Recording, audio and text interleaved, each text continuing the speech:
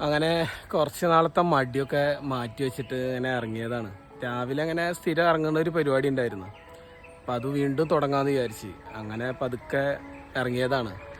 ഞാൻ ഇടയ്ക്കിടയ്ക്ക് വരാറുള്ള സ്ഥലമാണ്. പിന്നെ ഈ പോയ സ്ഥലങ്ങളിലേക്കൊക്കെ വീണ്ടും പോകുന്ന ഒരു പരിപാടിയുണ്ട്. അപ്പം അങ്ങനെ ഇറങ്ങിയതാണ്.